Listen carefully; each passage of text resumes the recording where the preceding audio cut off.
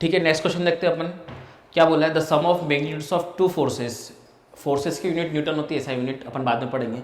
Acting at a point is 18, मतलब दो forces दिए, मैंने मान लिया एक फोर्स है ए और एक फोर्स है बी, तो दोनों फोर्सेस का जो मैग्नीट्यूड है, सम का जो मैग्नीट्यूड है वो है, मतलब मैग्नीट्यूड का जो सम है वो है 18, ठीक है। And the magnitude of their resultant is 12, इन दोनों का जो रिजल्टेंट है उसका मैग्नीट्यूड आ रहा है 12। Now if the resultant is at 90 degree the smaller force, smaller में मान लेता हूं ये स्मॉलर है, ये स्मॉलर में मान लेता हूं और ये उससे बड़ा वाला है, ठीक है। तो रिजल्टेंट स्मॉलर से 90 डिग्री बना रहा है, तो मैंने स्मॉलर फोर्स को मैंने ये मान लिया, ठीक है। रिजल्टेंट क्या बना रहा है 90 degree with the smaller force, तो बट ऑब्वियस बी और ए में एंगल कितना बन रहा होगा, मोर देन 90, ठीक है। बी और ए में एंगल कितना बन रहा होगा, कितना बन रहा होगा, ठीक है। ए प्लस बी 18 है, बी जो रिजल्टेंट है वो कितना है 12 है। अब अपन ने पढ़ा था, जो अपन ने पढ़ा था उसको अपन डायरेक्टली यूज़ भी कर सकते हैं यहाँ पर, लेकिन जो अपन ने पढ़ा था मैं फिर से एक बार आपको बता दे रहा हूँ। यहाँ पर क्या पढ़ा था अपन ने, टेन अल्फ़ा, ये जो है बेटा ये अल्फ़ा है 90 डिग्री।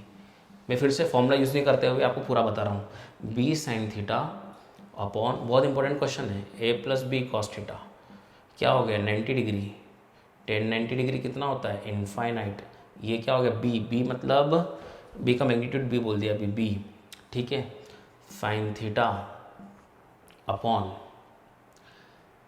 ए प्लस बी कॉस थीटा, ये इनफाइनाइट मतलब ये क्या होगा ज़ीरो, तो ये ज़ीरो होगा तो उसको जीरो लिख दिया, A plus B cos theta is equal to कितना हो गया जीरो, तो बी कॉस थीटा कितना हो जाएगा माइनस ए, और कॉस थीटा कितना होगा, यही पढ़ा था बेटा अपन ने माइनस ए बाई बी। फिर अपन ने बोला था रिजल्टेंट, क्या बोला था अपन ने, रूट ओवर ए square plus B square plus, सिर्फ आपके लिए कर रहा हूँ, फिर से रिवाइज कराने के लिए कर चुका था मैं एक बार ही, ध्यान से देखना, A square plus B square plus 2ab cos theta is minus A by B, put कर दिया यहाँ पर, बी से बी कट गया, रिजल्टेंट देखना कितना आएगा B square minus of A square, ये रिजल्टेंट आ जाएगा। इज इट क्लियर किया, तो रिजल्टेंट कितना बोला था मेरे को 12 यहाँ पे मैंने पुट करा, तो 12 is equal to root over B square minus of A square, तो 12 का स्क्वायर कितना हो गया 144 बराबर B square minus of A square, 144 is equal to B minus A into formula लगा दिया B plus A square minus B square is A minus B into A plus B, और ये इक्वेशन नंबर 1 नाम दे दिया मैंने। Now from equation number 1 144 is equal to B minus A plus B की value कितनी है 18, तो 144 divided by 18 is equal to b minus A, it is 18 एट्जा,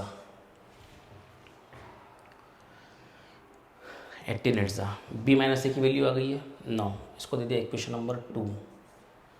now यहाँ पर कर देता हूँ मैं ऑन 1 प्लस 2, यहाँ इधर कर देते हैं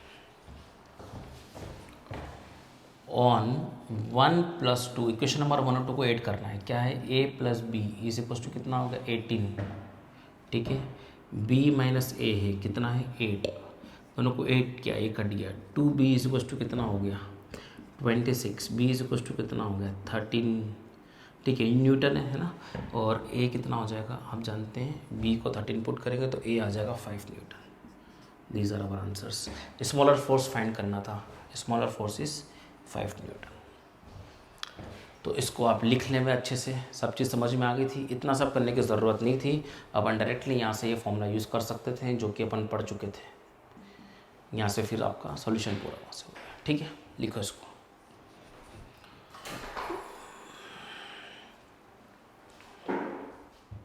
नाउ अब कुछ क्वेश्चंस देखते हैं, क्या क्वेश्चन है अपने पास पहले ये क्वेश्चन करते हैं अपन। दो फोर्स दिए हैं 5 न्यूटन F1 दिया हुआ और F2 दिया है 7 Newton, which of the following may be the resultant of this two forces, ये दो फोर्सेस दिए हैं, इनमें से कौन से इनके रिजल्टेंट हो सकते हैं। तो अपन ने एक बहुत प्यारी चीज देखी थी, क्या देखी थी अपन ने, रेंज ऑफ रिजल्टेंट, कि रिजल्टेंट की जो रेंज है, मान लो रिजल्टेंट है कोई भी दो बॉडी का, वो हमेशा ए डिफरेंस बी से लगाकर ए प्लस बी के बीच लाई करेगा। इज इट क्लियर क्या, तो यहाँ पे दो मैग्नीट्यूड दे रखे वेक्टर्स के मेरे को 5 एंड 7, ठीक है, तो इन दोनों का जो डिफरेंस है वो कितना हो गया 2 न्यूटन। डिफरेंस कैसे निकालेंगे, इसमें इससे बड़े छोटा घटा तो 7 - 5 कितना हो गया 2, ठीक है। Now resultant, now a + b मतलब इन दोनों का सम करेंगे कितना होगा 12, मतलब कि इन दो फोर्सेस का जो रिजल्टेंट है वो 2 न्यूटन भी हो सकता है क्योंकि यहाँ पे इक्वल टू का साइन है, और 12 न्यूटन भी हो सकता है, और इसके बीच के सारे नंबर्स इसके रिजल्टेंट पॉसिबल हो सकते हैं। मतलब यहाँ पर अपने को दोनों फोर्स के बीच में एंगल नहीं पता है। अपन ने भी थोड़ी देर पहले क्या देखा था कि रिजल्टेंट का अगर फॉर्मूला पता हो मेरे को तो उसमें क्या चाहिए, मेरे को एंगल चाहिए। यहाँ पर बिना एंगल के भी मैं बता पाऊंगा कि कौन से रिजल्टेंट हो सकते हैं, क्योंकि मैं पॉसिबिलिटी बता रहा हूँ। क्योंकि रिजल्टेंट अगर ये लॉ को फॉलो कर रहा है कि इससे कम नहीं हो सकता और इससे ज्यादा नहीं हो सकता, तो क्या क्या हो सकता है रिजल्टेंट, 2 भी हो सकता है। 2 कब होता है बेटा, जब दोनों क्या होते हैं एंटी पैरेलल, देखे थे अपन ने। और 12 कब होता है, जब दोनों क्या होते हैं पैरेलल। ये मैक्सिमम वैल्यू आती है और ये क्या आती है मिनिमम वैल्यू।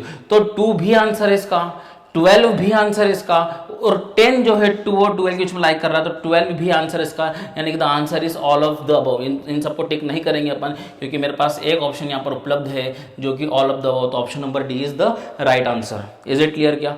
नाउ यहाँ पे बोला है which of the following group of forces will not accelerate a body. यहाँ पर कौन से फोर्सेस लगेंगे बॉडी पे तो बॉडी एक्सेलरेट नहीं करेगी। तो उसके लिए अपन एक चीज यहाँ समझते हैं कि मान लो मेरे पास 2 फोर्सेस है वो लग रहे हैं, एक ये लग रहा है, मान लो यहाँ पे लग रहा है एक फोर्स F1 यहाँ पर लग रहा है और ये F2 यहाँ पे लग रहा है। तो इन दोनों का जो रिजल्टेंट यहाँ पर कहीं पर आया, इज इट क्लियर क्या, इन दोनों फोर्सेस का रिजल्टेंट यहां पर आया, उस रिजल्टेंट के जस्ट अपोजिट अगर मेरा नया फोर्स F3 लग जाता है और उसी मैग्नीट्यूड का लगता है जिसका मैग्नीट्यूड रिजल्टेंट के क्या हो बराबर, तो नेट इफेक्ट क्या हो जाएगा खत्म। क्योंकि इन दोनों का जो नेट इफेक्ट है वो ये है और उसके जस्ट अपोजिट मैंने एक नया फोर्स लगा दिया उसी के बराबर, तो क्या बना रिजल्टेंट 0। मतलब कि अगर नेट फोर्स किसी बॉडी पे 0 हो जाएगा, फोर्स इक्वल्स टू क्या होता है मास इनटू एक्सेलरेशन। अगर फोर्स 0 है तो बॉडी के अंदर एक्सेलरेशन नहीं होगा, उसी को बोलेंगे बॉडी क्या हो गई इक्विलिब्रियम में हो गई। इज इट क्लियर क्या, मतलब नेट फोर्स 0 तो एक्सेलरेशन भी क्या हो जाएगा 0, तो किसके अंदर एक्सेलरेशन नहीं होगा वो देखना है। ये चीज समझ में ही क्या, 2 फोर्सेस हैं, उन दोनों का जो रिजल्टेंट आया है उसके जस्ट अपोजिट एक नया फोर्स लगा दो उसी मैग्नीट्यूड का, तो नेट जो रिजल्टेंट मिलता है वो क्या मिलता है 0। तो अगर अपन चेक कैसे करेंगे कि सर कौन सा क्या है, अब मेरे को यहाँ पे 3 फोर्सेस दे रखे हैं, मान लो F1 F2 F3 दे रखे हैं, तो सर इन दोनों का ये रिजल्टेंट होगा या इन दोनों का ये रिजल्टेंट होगा। तो बेटा इन 3 सेट ऑफ फोर्सेस के अंदर, इन 3 सेट ऑफ फोर्सेस के अंदर जो भी ये लॉ को फॉलो करेगा वो अपना क्या हो जाएगा आंसर हो जाएगा, ठीक है क्या। तो लॉ को कौन फॉलो करेगा वो देखते हैं अपन। मैं इसको जरा सा इरेज करता हूं क्योंकि अपन समझ चुके हैं इसको, मैं यहीं पे चेक करता हूं लॉ को फॉलो कौन कर रहा है। मैं किसी को भी यहां पर A B और R, सर आपने इसको क्यों भी नहीं दिया बेटा, किसी को भी आप भी दे दो, कोई दिक्कत वाली बात नहीं। आपकी जिसको इच्छा उसको A दे देना, जिसको इच्छा उसको भी दे देना, जिसको इच्छा उसको R नाम दे देना, ठीक है। तो अगर मैं इस लॉ को फॉलो करवाता हूं, लॉ मैं यहां लिख देता हूं आपके लिए फिर से, A difference B is equals to, छोटा सा लिख देता हूं आपको याद है वैसे तो A डिफरेंस B कितना हो गया 5, रिजल्टेंट कितना हो गया 12, और A प्लस B कितना हो गया 15। क्या रूल को फॉलो कर रहा है, ये रूल को फॉलो कर रहा है, यानी कि इन 2 फोर्सेस का ये रिजल्टेंट होगा क्योंकि ये रूल फॉलो कर रहा है। और अगर रिजल्टेंट होगा तो वो वाला फोर्स अगर रिजल्टेंट के अपोजिट लग जाएगा, अगर ये कंडीशन हो गई कि ये F1 है, ये क्या है F2 है और ये क्या है रिजल्टेंट, और F3 अगर रिजल्टेंट के बराबर आ गया तो नेट फोर्स क्या हो जाएगा 0। तो यहां पर मान लो ये क्या है A, ये हो गया कितना, ये हो गया 5 न्यूटन, ये हो गया कितना 10 न्यूटन, और ये हो गया मान लो 12 न्यूटन। तो 12 का लगा दिया मैंने यहाँ पे लगा दिया, तो इन दोनों का जो नेट इफेक्ट था वो क्या था 12, और 12 के पीछे क्या लगा दिया मैंने अपोजिट में 12। जरूरी नहीं कि 90 डिग्री होगा, कोई भी एंगल हो सकता है बेटा, वो तो मैंने ऐसे ही जस्ट बना दिया। F2 कितना हो गया 10 न्यूटन, ये 5 है, ये 10 है, ये 12 हुआ, 12 का जस्ट अपोजिट मैंने 12 लगा दिया। तो ये सेट ऑफ फोर्सेस ये रूल को फॉलो कर रहे हैं, मतलब कि इन दोनों का ये रिजल्टेंट हो सकता है, तो ये वाला अपना आंसर हो जाएगा। बाकी भी चेक करते हैं अपन। सर इसको आप A B और R आपने माना, आप एक बार ये कह के बताओ कि सर इसको A माने, इसको B माने और इसको R माने, या फिर इसको R मान लो और इसको B, कुछ भी करो बेटा। अगर रूल कैसे भी अगर फॉलो हो रहा है तो कुछ भी करोगे तो फॉलो करेगा, और अगर फॉलो नहीं कर रहा है तो आप किसी को भी A B और R मानो फॉलो नहीं करेगा।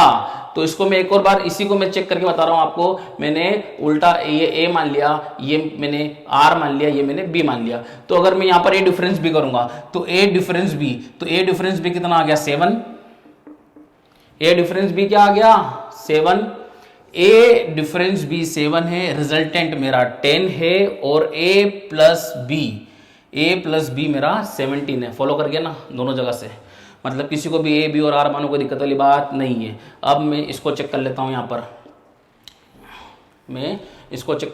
पर, तो मैं इसको ए मान लेता हूँ, इसको बी मान लेता हूँ, इसको आर आपकी इच्छा उसको कुछ भी मान लेना। ए डिफरेंस भी करूँगा तो तो 5 आएगा, ये हो गया 16, ये कितना हो गया 15। ये रूल को फॉलो नहीं कर रहा है, मतलब कि इसके अंदर नेट फोर्स 0 नहीं हो सकता, एक्सेलरेशन होगा। इसको चेक करता हूँ मैं, तो इसको ए मान लिया, इसको बी मान लिया, किसी को भी कुछ मान लेना। अगर फॉलो नहीं करेगा तो नहीं करेगा वो। इज इट क्लियर क्या बेटा? तो ए डिफरेंस बी अगर मैं करूँगा तो ए डिफरेंस बी 2 आ गया, रिजल्टेंट कितना आ गया 20 आ गया, और एक यहीं पे फेल हो गया, करने की आगे जरूरत ही नहीं है। ए प्लस बी कितना हो गया 18, फॉलो नहीं कर रहा। इसको चेक कर लेते हैं, ये ए मान लिया, ये बी मान लिया, ये सी मान लिया, ए और बी कितना हो गया, ए डिफरेंस भी कितना हो गया 2 हो गया, रिजल्टेंट ये आर मान लो, सॉरी रिजल्टेंट कितना हो गया 15, ये यहीं पे फॉलो नहीं कर रहा, मतलब answer number A is our right answer. ठीक है, नेक्स्ट क्वेश्चन देख रहे थे अपन। 9 न्यूटन, 12 न्यूटन, 15 न्यूटन, 3 फोर्सेस दे रखे हैं, acting at a point are in equilibrium. ये तीनों फोर्सेस भी क्या बना रहे हैं, इक्विलिब्रियम बना रहे हैं। दो angle between 9 Newton and 15 Newton निकालना है अपने को।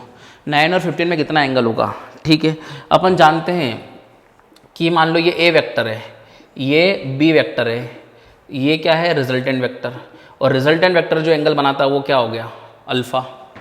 ठीक है, अब यहाँ पे क्या बोला गया है मेरे को, या फिर इसको नहीं देखते हुए अपन देख लेते हैं, ऐसा देखते हैं कि सर ये है मान लो ए वेक्टर, ये है मान लो बी वेक्टर, और ये है मेरा रिजल्टेंट वेक्टर। ये एंगल क्या बोलते थे अपन अल्फा। इज इट क्लियर क्या, ये एंगल अल्फा है। तो यहां पर बोला है कि ये ए मान लो कितना है 9 न्यूटन, बी क्या है बेटा 12 न्यूटन, मैग्नीट्यूड बोल रहा हूं मैं। ठीक है, और रिजल्टेंट कितना हो गया 15 न्यूटन। रिजल्टेंट की वैल्यू अगर 15 न्यूटन आ गई तो आपको 9 और 15 में एंगल निकालना है, यानी कि अल्टीमेटली क्या निकालना है आपको 10 अल्फा। क्या निकालना है 10 अल्फा। पर 10 अल्फा अगर मैं फॉर्मूला लिखूंगा यहाँ पे ध्यान दें, 10 अल्फा का फॉर्मूला लिखूंगा तो क्या हो जाएगा बी साइन थीटा अपॉन ए प्लस बी कॉस थीटा। यहाँ पर मुझे थीटा नहीं मालूम है, पर मुझे ये मालूम है, तो सर मुझे अल्फा निकालना है क्या, पहली बात तो ये मिटा लो। सर मुझे पहले अल्फा निकालना है क्या, मुझे अल्फा नहीं निकालना है, पर अल्फा की मदद से ही मैं निकाल पाऊंगा 9 और 15 का। ये बॉडी इक्विलिब्रियम में कब होगी, जब 9 न्यूटन यहां लगेगा 15 न्यूटन यहां लगेगा, उनका रिजल्टेंट ये होगा। लेकिन ये जो 15 न्यूटन गिवन जो क्वेश्चन में है, ये 15 न्यूटन इसके अपोजिट लगेगा। मान लो, सॉरी ए और बी मत मानो, इट इज मान लो F1 force, it is F2 force, and it is resultant of F1 and F2। लिखो यहां पे resultant of F1 and F2 कितना आ रहा है 15 न्यूटन, और उसके अपोजिट मैंने लगा दिया कितना 15 न्यूटन। इज इट क्लियर क्या, तभी बॉडी क्या रहेगी, इन दोनों के रिजल्टेंट के अपोजिट अगर मैंने उतना ही फोर्स लगा दिया तो बॉडी क्या आ जाएगी इक्विलिब्रियम में। यही बोला मैंने, इन दोनों फोर्सेस का नेट इफेक्ट क्या है ये, और उसके अपोजिट मैंने तीसरा फोर्स लगा दिया 15 के बराबर, तो बॉडी क्या रहेगी इक्विलिब्रियम में। तो मुझे ये एंगल निकालना है 9 और F1 और F3 में लगाना है। मेरा F1 है, ये मेरा F2 है, और ये मेरा क्या है F3 है। इज इट क्लियर क्या, मुझे ये एंगल निकालना है। तो ये क्या हो जाएगा, ये पूरा कितना होता है 180, तो it is pi minus alpha. मेरा आंसर जो होगा पाई माइनस अल्फा होगा। अब मेरे को अल्फा निकालना है। अब अल्फा का फॉर्मूला मैं फिर से लिखूंगा, अल्फा का फॉर्मूला कितना हो जाएगा बी साइन थीटा अपॉन, ध्यान से देखना है कि एक चीज ए प्लस बी कॉस थीटा। अच्छा क्वेश्चन है ये। अब मुझे यहाँ पे थीटा नहीं पता है, पर मुझे ये पता है कि 15 क्या होगा रिजल्टेंट, तो फॉर्मूला ऑफ रिजल्टेंट कितना हो जाएगा रूट ओवर, देखो दिख रहा है क्या यहाँ पर A square plus B square plus 2ab cos theta दिख रहा होगा I think. Resultant is 15 is equal to root over A का स्क्वायर, दैट इज 9 का स्क्वायर प्लस 12 का square plus 9 into 12 into cos theta. Is it clear क्या, squaring both the sides it is 225 is equal to 81 plus 144 plus 2 into 9 into 12 is equal to cos theta. ये कितना आ रहा 125 से 125 cut गया, क्या बचा 0, ये पूरा 0 में आ जाएगा, यानी कि कॉस थीटा कितना बचा 0 डिग्री। नहीं, हाँ, यानी कि थीटा इज इक्वल टू कितना हो जाएगा 90। तो यहां से 10 अल्फा निकालेंगे अपन, तो टेन अल्फा कितना हो जाएगा, बी, व्हाट इज बी, ये मेरा बी है, ये मेरा ए है, ठीक है।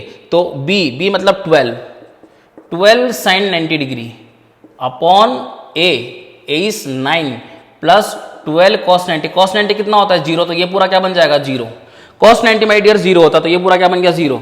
तो टेन अल्फा की जो वैल्यू है वो 12/9 आ गई। साइन 90 कितना होता है 1, 12/9 इज 4/3।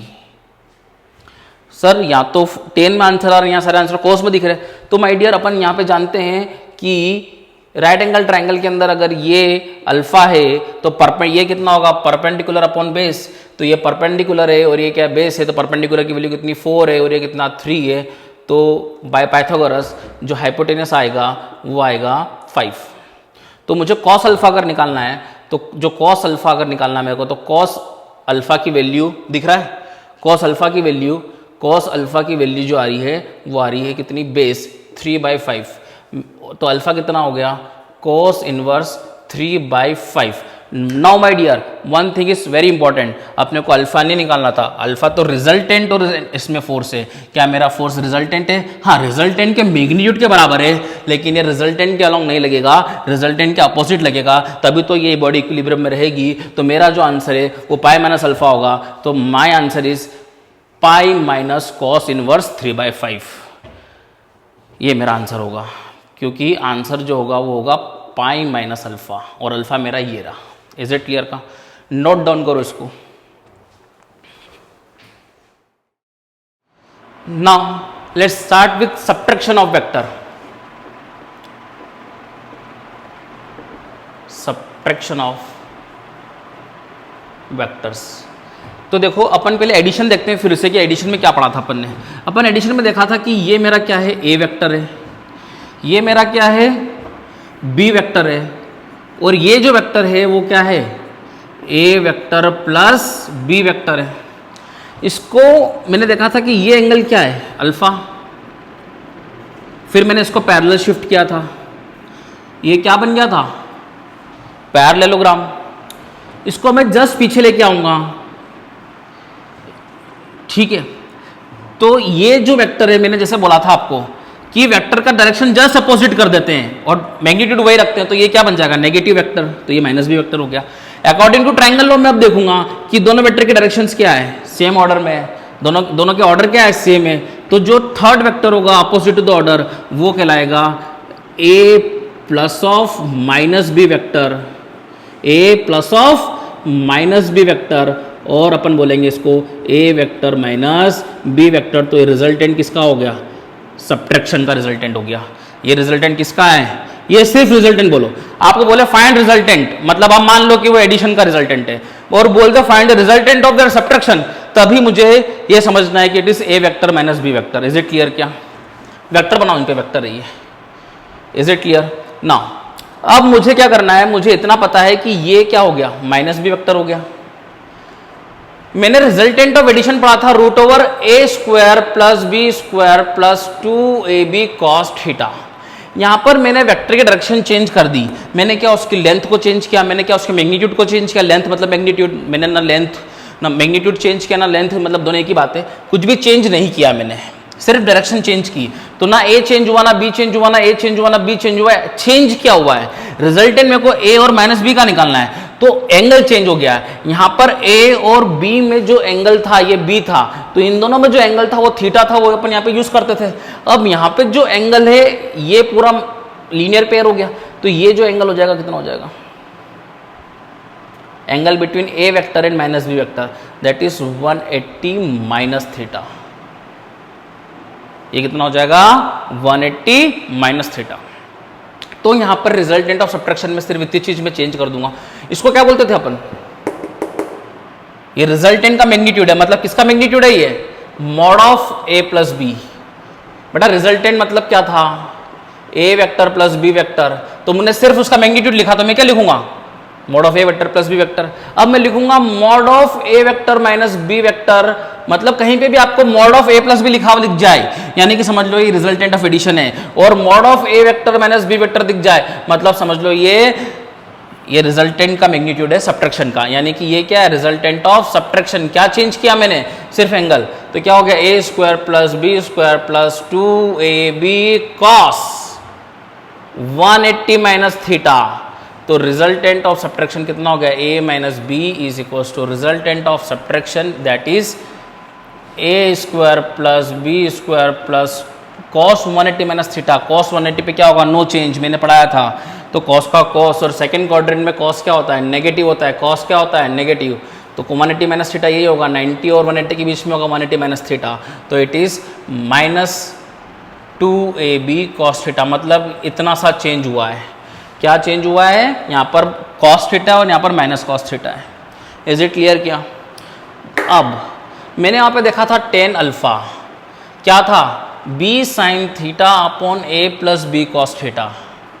ये क्या था, r vector and a vector के बीच में एंगल था, angle between r vector and a vector. अब मुझे बोल दिया है ये रिजल्टेंट ऑफ सब्ट्रैक्शन है, ये एंगल हो गया बीटा। तो अगर मैं टेन बीटा निकालूंगा, ten beta is what, angle between resultant vector किसका, सब्ट्रैक्शन का, एंड ए वेक्टर। तो ये कितना हो जाएगा फॉर्मूला। क्या चेंज किया, बी की लेंथ चेंज की, नहीं, क्या चेंज किया, एंगल चेंज किया। तो क्या हो जाएगा, थीटा की जगह पे, थीटा के जहां जहां पे थीटा है वहां पे क्या लिखेंगे अपन, 180 माइनस थीटा, क्योंकि ये थीटा एंगल था ए और बी के बीच में, लेकिन अब रिजल्टेंट निकल रहा है ए और माइनस बी का। किसका रिजल्टेंट निकल रहा है, ए और माइनस बी का। तो एंगल जो लेंगे ए और माइनस बी के बीच में लेंगे, तो ये थीटा है, तो ये पूरा 180 डिग्री होता है, तो ये होगा 180 minus theta. Is it clear क्या। तो ये क्या चेंज कर लेंगे अपन, a plus B cos 180 degree minus theta. तो it come out to be, इसको यहाँ पे दिख रहा है क्या, देख लीजिए, देख लीजिए यहाँ पे दिख रहा है क्या, tan beta is B sine 180। 180 पे क्या होगा, यहाँ पे दिख रहा है क्या, यहाँ पे दिख रहा है क्या, है ना, tan beta 180 sine 180 minus theta, 180 पे नो चेंज, थीटा का थीटा। और सेकंड क्वार्टर में साइन क्या होता है, पॉजिटिव, तो साइन के अंदर क्या लेंगे अपन, पॉजिटिव ही लेंगे, अपॉन ए प्लस बी। ये क्या होता है, माइनस कॉस थीटा, तो यहाँ पे क्या हो जाएगा, माइनस कॉस थीटा। ये है angle between resultant of subtraction and A vector. ये है एंगल बिटवीन, ये अपन पढ़ चुके थे पहले, उसके रेफरेंस से अपन ने ये भी निकाल लिया, angle between resultant and A vector. अब अपन ने एक चीज़ और देखी थी कि जब दो वेक्टर थे मेरे पास और दोनों वेक्टर्स के मैग्नीट्यूड मेरे पास क्या थे, सेम थे।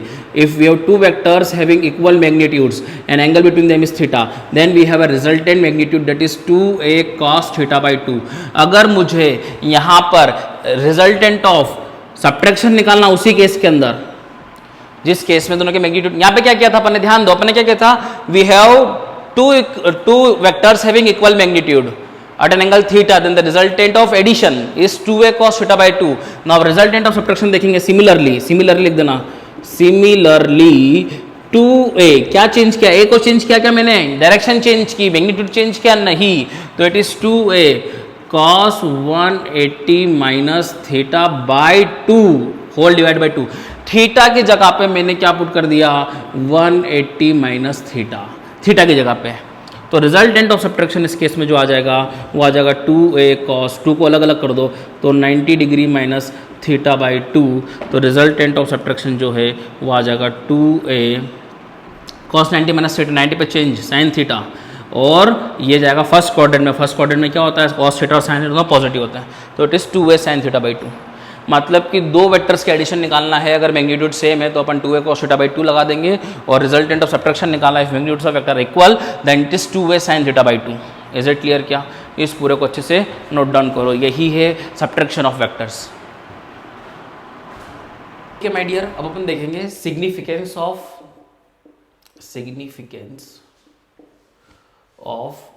Vector addition and subtraction. ठीक है, यहाँ थोड़ा ध्यान से देखने की ज़रूरत है। अगर मैंने एक पैरेललोग्राम बनाया, ये ए वेक्टर है, ये बी वेक्टर है, तो ये रिजल्टेंट हो गया, है ना।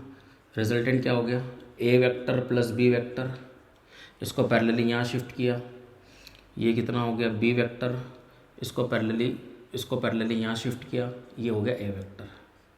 ठीक है, अगर यहाँ पे थोड़ा सा मैं ध्यान दूँ, ये बी वेक्टर है ना, तो यहाँ पे अगर देखूँ मैं ये और ये दोनों सेम ऑर्डर में है, तो ये क्या हो गया एडिशन हो गया इन दोनों का। अब इसमें से मैं इसको क्या लेके आता हूँ, ऑर्डर के अपोजिट इधर लेके आता हूँ थोड़ा सा, तो ये क्या हो जाएगा माइनस बी वेक्टर, डायरेक्शन क्या कर दी मैंने चेंज। तो इसका तो देख लिया मैंने, ये दोनों सेम ऑर्डर में है, उसके हिसाब से ये डायगोनल क्या हो गई, रिजल्टेंट हो गई एडिशन की। अब यहाँ पे देखो ये दोनों अब सेम ऑर्डर में है, इन दोनों का सम क्या होगा, A vector minus B vector. तो पैरेललोग्राम में जो बिगर डायगोनल है,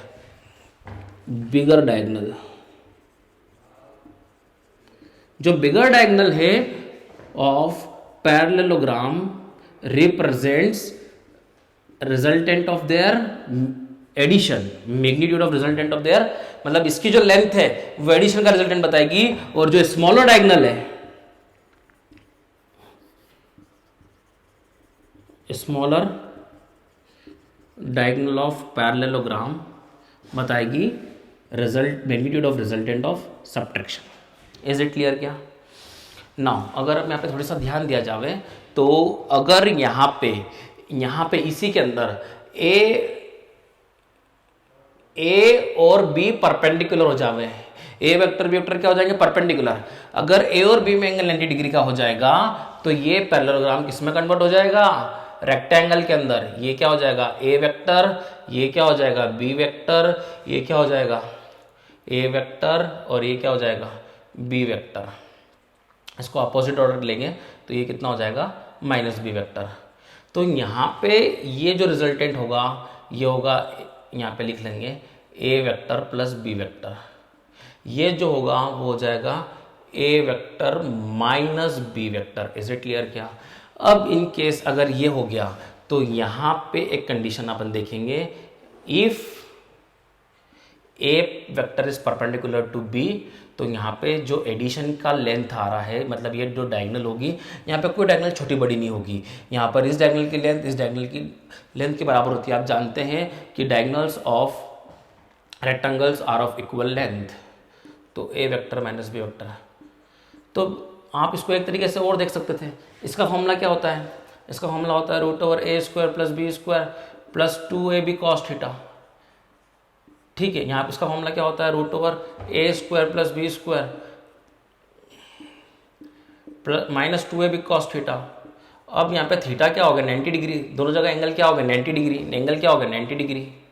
एंगल अगर 90 डिग्री होगा तो ये चीज़ क्या हो गई जीरो, ये चीज़ क्या हो गई जीरो, मतलब रिजल्टेंट क्या बच रहा है रूट ओवर ए square plus B square. Addition का भी यही आ रहा है और सब्ट्रैक्शन का भी यही आ रहा है, समझाने के लिए बता रहा था मैं। यानी कि इस केस में ए और बी परपेंडिकुलर हो जाते हैं तो एडिशन का रिजल्टेंट और सब्ट्रैक्शन का रिजल्टेंट दोनों सेम आते हैं। इज इट क्लियर क्या? दोनों चीज़ में कोई अंतर नहीं होता है। ठीक है, अब इस केस के अंदर यहाँ का दिख रहा है क्या, यहाँ का दिख रहा है क्या? इसके अंदर अगर मैं ए परपेंडिकुलर टू बी भी कर दूं और ए इक्वल टू बी भी कर दूं, मतलब लेंथ भी क्या कर दूं बराबर, तो ये क्या बन जाएगा एक स्क्वायर बन जाएगा। ये क्या हो गया ए वेक्टर, ये क्या हो गया बी वेक्टर, ये क्या हो गया ए वेक्टर, ये क्या हो गया बी वेक्टर।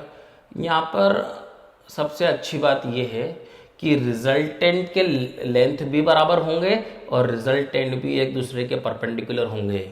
यानी कि यहाँ पर जो a प्लस बी का जो मैग्नीट्यूड है वो तो बराबर रहना ही है क्योंकि एंगल 90 डिग्री है, और यहाँ पर ये जो a प्लस बी वेक्टर है, जो आने वाला वेक्टर है, वो a माइनस बी आने वाले वेक्टर के परपेंडिकुलर रहेंगे क्योंकि ये क्या बन गया है स्क्वायर। ये लिख देना, पैरेललोग्राम से अपन ने क्या बनाया रेक्टेंगल पढ़ा,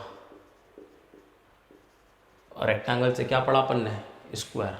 यानी कि चीज़ समझ में आ रही है कि अगर ए परपेंडिकुलर टू बी होगा, ए परपेंडिकुलर टू बी होगा तो दोनों एडिशन और सब्ट्रैक्शन की लेंथ जो होगी, मतलब जो डायगोनल की लेंथ होगी दोनों बराबर होंगी। एडिशन का जो रिजल्टेंट है सब्ट्रैक्शन के रिजल्टेंट के बराबर होगा। और यहाँ से देखा भी, क्योंकि cos 90 वाली टर्म यहाँ से भी हट गई, यहाँ से भी हट गई, ये दोनों क्या आ गए, बराबर आ गए।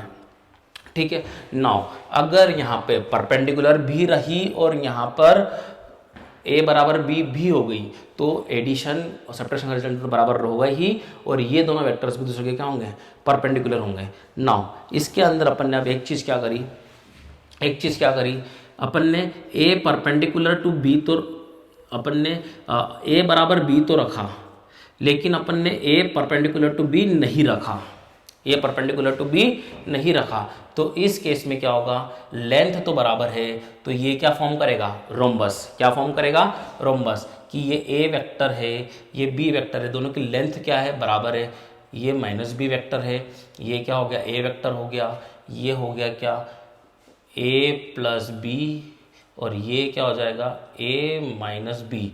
तो यहाँ पर जो होगा इन दोनों की लेंथ बराबर नहीं होगी अब, लेकिन चूंकि ये दूसरे के क्या होंगे,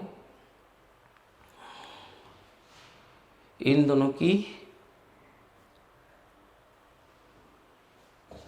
क्या हो रहा था, ए परपेंडिकुलर टू, सबसे पहले अपन ने क्या किया था, फिर से चेक करेंगे, ए परपेंडिकुलर टू बी किया था अपन ने। ए परपेंडिकुलर टू बी करने से डायगोनल की लेंथ बराबर आ गई थी, मतलब परपेंडिकुलर करने से डायगोनल की लेंथ बराबर होती है। अब यहाँ पे चूंकि परपेंडिकुलर नहीं है, डायगोनल की लेंथ बराबर नहीं होगी। चूंकि मैंने ए बराबर बी किया था, ए बराबर बी होने से ये दोनों परपेंडिकुलर आ गए थे, तो माय डियर ये दोनों परपेंडिकुलर होंगे।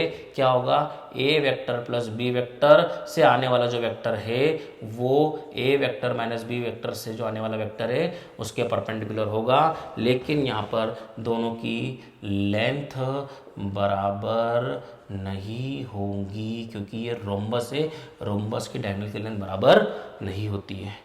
तो ये क्या हो गया आपका फोर्थ रोम्बस। सबसे पहले एक बार फिर से समझा देंगे आपको कि क्या था, ये ए वेक्टर था, ये बी वेक्टर था, बी के ए के पैरेलल ए किया, बी के पैरेलल बी किया, दोनों से अपन ने देखा कि ये दोनों सेम ऑर्डर में है तो एडिशन आ गया। फिर देखा ये दोनों सेम ऑर्डर में है तो इन दोनों का एडिशन आ गया, लेकिन चूंकि माइनस भी था तो माइनस भी आ गया। फिर देखा बिगर डायगोनल एडिशन का रिजल्टेंट बता रही है और स्मॉलर डायगोनल क्या बता रही है, सब्ट्रैक्शन का रिजल्टेंट बता रही है। इसमें अपन ने क्या लगा दिया, एक चीज़ क्या कर दी, यहाँ पर अपन ने यहाँ पर ए परपेंडिकुलर टू बी नहीं था, अपन ने यहाँ पर ए परपेंडिकुलर टू बी किया तो ये रेक्टेंगल बन गया, तो इन दोनों की लेंथ बराबर आ गई। ठीक है, स्क्वायर कर दिया। स्क्वायर कब होगा, जब ए परपेंडिकुलर टू बी होगा और ए इक्वल टू बी होगा, तो इस केस में इन दोनों की लेंथ भी बराबर है और ये दोनों परपेंडिकुलर भी है। यानी कि ऐसा क्वेश्चन दे दे, दो वेक्टर्स की मैग्नीट्यूड भी सेम है, दोनों परपेंडिकुलर भी है, तो बाय डिफॉल्ट आप डायरेक्टली लगा सकते हो आंसर कि उनके जो रिजल्टेंट आने वाले हैं एडिशन सब्ट्रैक्शन के एक दूसरे के बराबर भी होंगे और परपेंडिकुलर भी होंगे। अब मैंने यहाँ से एक कंडीशन हटा दी परपेंडिकुलर वाली, तो फिर ये रोम्बस बन जाएगा। यहाँ पे डायगोनल की लेंथ बराबर नहीं होगी, लेकिन इन दोनों के डायगोनल्स परपेंडिकुलर होंगे, मतलब जो एडिशन का रिजल्टेंट है और जो सब्ट्रैक्शन का रिजल्टेंट है एक दूसरे के बराबर होगा। मतलब आप अगर ऐसी कुछ केसेस दे दे तो आप बिना पेन उठाए आंसर दे सकते हो। इज इट क्लियर क्या? ठीक है आइडिया, लिखो इसको।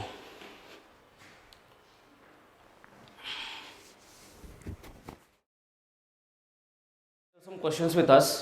क्या क्वेश्चन दिया है अपने को, in figure particle is moving in a circle of radius R. एक सर्कल है, पार्टिकल मूव कर रहा है जिसका सेंटर ओ है। स्पीड जो है पार्टिकल की वो कांस्टेंट है, मतलब स्पीड चेंज नहीं होगी।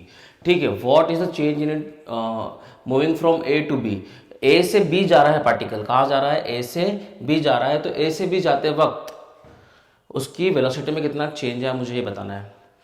तो सर यहाँ पे जो वेलोसिटी है यहाँ मैंने वी ए नाम दे दिया, यहाँ पे जो वेलोसिटी उसको क्या नाम दे दिया मैंने, वी ए, और यहाँ पर जो वेलोसिटी उसको क्या नाम दे दिया मैंने, वी बी। सर ये क्या आपने टेंजेंट क्यों ड्रॉ करी? कभी भी पार्टिकल कर्व के ऊपर मोशन करता है तो कर्व के ऊपर टेंजेंट डालेंगे तो वो उस पॉइंट की स्पीड या वेलोसिटी बताएगा। Is it clear? क्या वेलोसिटी बताएगा।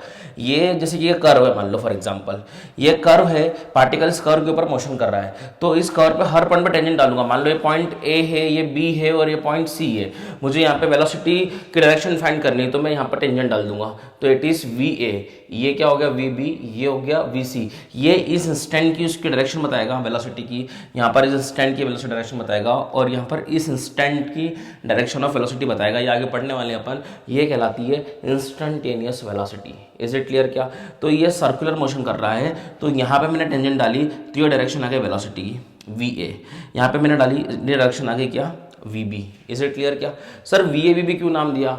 क्योंकि कांस्टेंट है बेटा, स्पीड कांस्टेंट है लेकिन डायरेक्शन चेंज हो रही है, तो वेलोसिटी कांस्टेंट नहीं होगी, क्योंकि अपन पढ़ चुके हैं स्पीड कौन सी क्वांटिटी है, स्पीड आपकी स्केलर क्वांटिटी है। तो स्पीड तो थ्रू आउट द सर्कल उसकी क्या रहेगी, थ्रू आउट द मोशन क्या रहेगी, सेम रहेगी, लेकिन वेलोसिटी की डायरेक्शन हर पॉइंट पे क्या हो रही है, चेंज हो रही है। देखिए ना, हर पॉइंट पे टेंजेंट डालो, आप हर पॉइंट पे टेंजेंट डालोगे तो टेंजेंट क्या हो रहा है, अपने डायरेक्शन अलग अलग लेगा, ठीक है। तो हर पॉइंट पे जैसे यहाँ पे टेंजेंट डालेंगे तो वो इधर आएगी, तो कभी भी टेंजेंट, सर ऐसे टेंजेंट क्यों डाली, ऐसे क्यों डाली, अगर ऐसे बी जा रहा है तो जिधर पार्टिकल चलेगा मैं उसी डायरेक्शन में उसके एरो बनाऊंगा। ऐसा नहीं बोल सकता मैं डायरेक्शन ये इधर बना दूं टेंजेंट, नहीं, पार्टिकल इधर मोशन कर रहा है तो इसी सेंस में आपने को क्या बनानी पड़ेगी, टेंजेंट के एरो बनाने पड़ेंगे। अगर पार्टिकल घूम के यहां चले जाएगा, तो अगर ऐसे मोशन कर रहा है तो यहां पर टेंजेंट इस प्रकार की डलेगी, ठीक है। तो ये डायरेक्शन आ गई इंस्टेंटेनियस वेलोसिटीज की। वेलोसिटी डिफरेंट है क्योंकि वेलोसिटी वेक्टर क्वांटिटी है, वेलोसिटी का मैग्नीट्यूड सेम है लेकिन डायरेक्शन क्या हो रही है, सेम। क्या मैग्नीट्यूड है, v। Is it clear? क्या मुझे क्या निकालना है यहाँ पर, मुझे निकालना है चेंज इन वेलोसिटी, क्योंकि वेलोसिटी में तो चेंज हो रहा है, तो वेलोसिटी में चेंज हो रहा है और आपको निकालना है चेंज इन वेलोसिटी। तो वेलोसिटी क्या होता है, चेंज मतलब क्या होता है, final velocity minus initial velocity, मुझे ये निकालना है, final velocity vector minus initial velocity vector. और यहाँ पे फाइनल क्या है, वी बी वेक्टर माइनस क्या हो गया, वी ए वेक्टर का क्या निकालना, मुझे मैग्नीट्यूड निकालना है। तो मैग्नीट्यूड, सर मैग्नीट्यूड तो बोला नहीं बेटा, मैग्नीट्यूड ही निकालना चेंज इन वेलोसिटी का एक्चुअली, क्योंकि अपने को स्पीड का भी क्या दिया है, मैग्नीट्यूड दिया है, ठीक है। तो ये क्या हो गया, चेंज इन वेलोसिटी का मैग्नीट्यूड, मतलब ये क्या हो गया बेटा आपका, अपन ने बोला था, अपन ने देखा था कि वेक्टर सब्ट्रैक्शन में मैंने बोला था रिजल्टेंट ऑफ वेक्टर सब्ट्रैक्शन क्या बोला था मैंने, रूट ओवर ए square plus B square minus 2ab cos theta, ये बोला था। और मैंने क्या बोला था, ये क्या है एक्चुअली, ये है mod of a minus B, क्योंकि रिजल्टेंट ऑफ सब्ट्रैक्शन मतलब क्या, रिजल्टेंट ऑफ सब्ट्रैक्शन क्या लिखा था अपन ने, रिजल्टेंट ऑफ सब्ट्रैक्शन को क्या लिखा था अपन ने, resultant of subtraction is nothing but A vector minus B vector. तो ये क्या है उसका मॉड, तो यहाँ पे क्या लिखेंगे, magnitude of A vector minus B vector. Is it clear? क्या तो यहाँ पर क्या मुझे वही निकालना है, यहाँ पर क्या मुझे यही निकालना है, वी बी माइनस वी है, तो इसको मैंने क्या बोल दिया, वी बी माइनस वी, तो फॉर्मूला क्या बन जाएगा अपना, फॉर्मूला बन जाएगा क्या अपना, यहाँ पर क्या हो जाएगा, V B square plus V A square minus 2 V B into V A cos theta, where theta is an angle between, यहाँ पे थीटा क्या था, theta is an angle between A and B vector. यहाँ पर theta कौन सा angle होगा, theta between V B and V A. Is it clear? क्या थीटा किसके बीच में एंगल होगा, V B and V A. Now मुझे एक एंगल गिवन है 60 है, मुझे दूसरा एंगल निकालना है, तो दूसरा एंगल मैं निकालूंगा, ये हो गया आपका वी बी। तो इसको मैं पैरेलल शिफ्ट कर रहा हूँ यहाँ पर एंगल निकालने के लिए। सर पैरेलल शिफ्ट कर सकते हैं वेक्टर को, हाँ पैरेलल शिफ्ट कर सकते हैं, ठीक है। तो अब मैं निकालता हूँ, तो आप लोग सब जानते हैं ये एंगल अगर 60 डिग्री है तो ये एंगल भी कितना होगा, 60 डिग्री। अल्टरनेट इंटीरियर, अरे बोलो बात समझ में आ रही है क्या, ये एंगल अगर 60 है तो ये एंगल भी 60 होगा, ठीक है। आप सब लोग जानते हैं कि ये क्या कहलाता है, नॉर्मल, और ये क्या कहलाता है, टेंजेंट। ये पूरा कंप्लीट एंगल क्या होता है, 90 डिग्री। ये पूरा कंप्लीट एंगल क्या होता है, इसको बी को हटा दो, यहाँ लिख दो बी। ये पूरा एंगल क्या होता है, 90 डिग्री। Is it clear? क्या ये पूरा एंगल 90 डिग्री है, 60 है, तो ये एंगल कितना होगा, 30 डिग्री। ये 30 डिग्री हो गया, अरे हाँ है ना, ये वर्टिकल और ये हॉरिजॉन्टल लाइन दोनों में एंगल कितना होगा, 90 फिर से, तो ये एंगल कितना हो गया, 60 डिग्री। मतलब angle between V B and V A becomes now 60 degree. सबको समझ में आया क्या? देखो क्या किया, मुझे वी बी और वी ए में एंगल चाहिए था, तो मैंने वी ए को पैरेलल यहाँ शिफ्ट किया, फिर ये 60 था, मैंने एक वर्टिकल लाइन ड्रॉ करी, ये 60 है तो ये 60 होगा वर्टिकली अपर, सॉरी अल्टरनेट इंटीरियर। अब ये क्या है नॉर्मल, ये क्या है टेंजेंट, ये पूरा 90 होता है, टेंजेंट नॉर्मल और ऑलवेज परपेंडिकुलर, तो ये अगर 60 है तो ये कितना होगा 30, ये वर्टिकल लाइन ये हॉरिजॉन्टल लाइन पूरा कितना होगा 90, ये 90 है तो ये 30 हो गया, तो ये कितना होगा 60, मतलब VA और VB में एंगल कितना हो गया 60 डिग्री। एक प्रॉपर्टी आपने शायद पढ़ी भी होगी, दो नॉर्मल्स के बीच में अगर 60 डिग्री एंगल है तो उनके ऊपर डलने वाली टेंजेंट्स के बीच में भी एंगल सेम रहेगा, जो एंगल यहां रहेगा वो एंगल उनकी टेंजेंट्स में भी रहेगा। दो अगर नॉर्मल्स है, या फिर ऐसा जनरल स्टेटमेंट बोल दो, अगर दो परपेंडिकुलर लाइंस के बीच में जो एंगल थीटा है वही उनके टेंजेंट्स में भी या फिर उनकी परपेंडिकुलर लाइंस में भी वही एंगल होगा। मतलब ये दो नॉर्मल्स है, दो नॉर्मल्स के जो एंगल है वही उनके उस पॉइंट पे टेंजेंट्स के बीच भी एंगल वही रहेगा। इज इट क्लियर क्या? तो ये अगर थीटा है तो ये भी थीटा रहेगा, मैंने यहां से निकाल के दिखा भी दिया आपको। इज इट क्लियर क्या? नाउ ये ये VA वेक्टर है, सॉरी यहाँ पे वेक्टर बनाना, ये वेक्टर है, ये क्या है वेक्टर है। Now what is the magnitude of VA? Magnitude क्या है यहां पर, इसका मैग्नीट्यूड तो क्या रहेगा V ही रहेगा, क्योंकि स्पीड तो क्या है कांस्टेंट, और यहां पर क्या यूज करना मेरे को मैग्नीट्यूड। VA और VB वेक्टर अलग अलग है क्योंकि डायरेक्शन अलग अलग है, लेकिन VA का मैग्नीट्यूड कितना आएगा?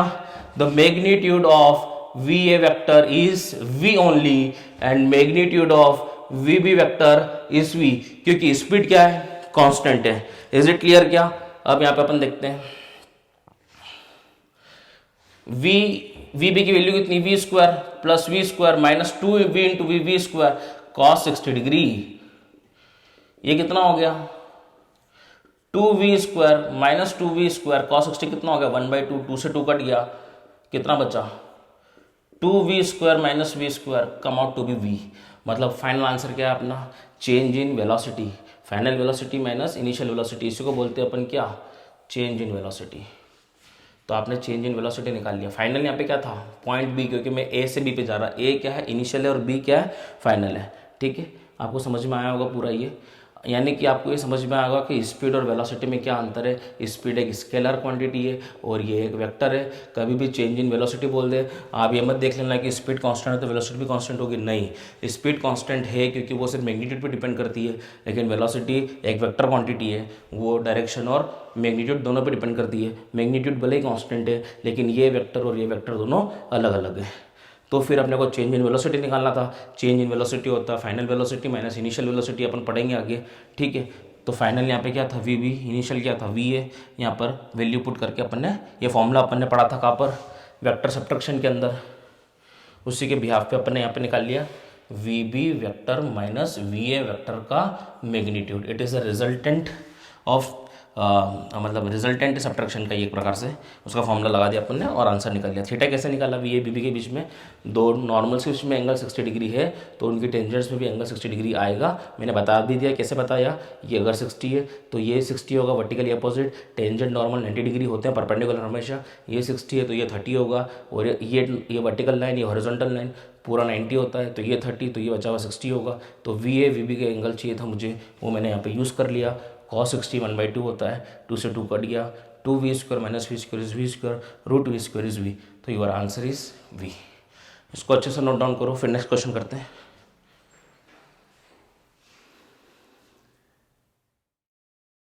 नाउ ये वाला क्वेश्चन देखो क्या बोला है, if the sum of two unit vectors is a unit vector, दो यूनिट वेक्टर का सम, मान लो एक यूनिट वेक्टर है कितना अपना, अपन मान लेते यूनिट वेक्टर N1 कैप, आपको पता है कैप से शो करते यूनिट वेक्टर को। अगला यूनिट वेक्टर मैंने मान लिया क्या N2 कैप, तो इन दोनों का जो सम है वो एक क्या आ रहा है, एक नया यूनिट वेक्टर, उसको मैं सम है तो मैं उसको NS बोल देता हूं, S स्टैंड्स फॉर सम।